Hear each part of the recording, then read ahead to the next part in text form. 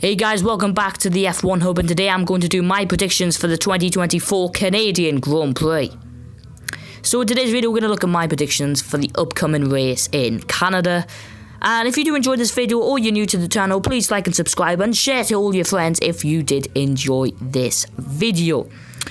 So without further ado, we're going to get started. And first of all, let's begin with my good surprise for the weekend, and in my opinion, I think it's going to go the way of Lewis Hamilton.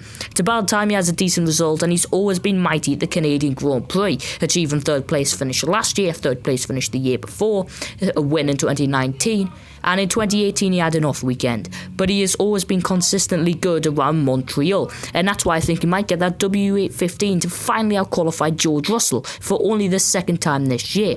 It also could be him maybe getting onto the podium for Mercedes' first and his only podium so far this season.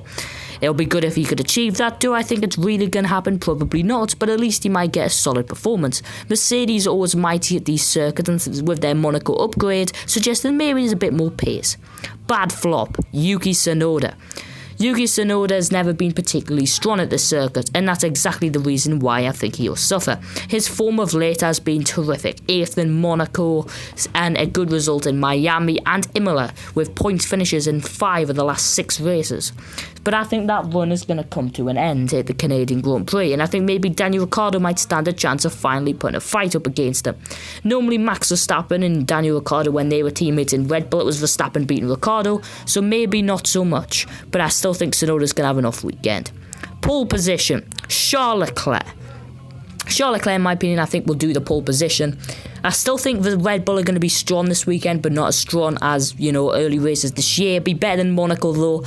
But I think Charles Leclerc is going to do enough in qualifying to take his second consecutive pole and his second to get 2 poles in a row for the first time since US and Mexico last year.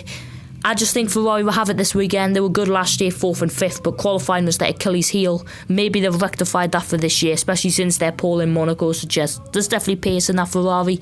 And imagine if he does take pole a step closer to challenging Max Verstappen for this year's World Championship, which hopefully will go down to the wire.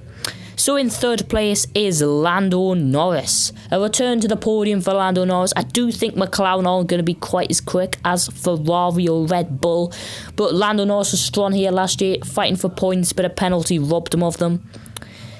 I reckon McLaren will have the pace. I do reckon maybe Mercedes are going to be a bit more into the mix, though. Maybe make life harder for Perez, who's obviously signed that deal with Red Bull to stay with the team. So I do reckon it's going to be strong-ish weekend for McLaren, but I do think Piastri is going to be quite close to Norris this weekend. Again, I think it'll be another good weekend for Piastri. I think Norris really does need to beat him, though, because I think in Miami, Imola and Monaco, I would say Piastri was the quicker driver, so Verstappen needs to change that.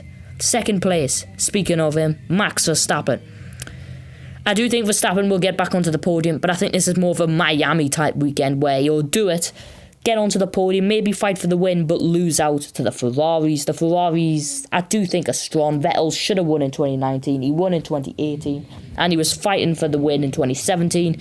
And I just think this is a good track for Ferrari. And of course, fighting for victory in 2016. So I do think Ferrari will have the pace, and I just don't see Verstappen doing it. And maybe so much in qualifying, especially since this is Red Bull's, I suppose, weakness from last year, but now strength of this year.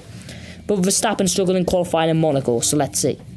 First place, Charles Leclerc. Charles Leclerc is going to do it in Canada, making it back-to-back wins for the first time since Italy 2019. They'll make it a good weekend for him. He'll take the pole position and he'll take the win. So I'll be happy with that too for him.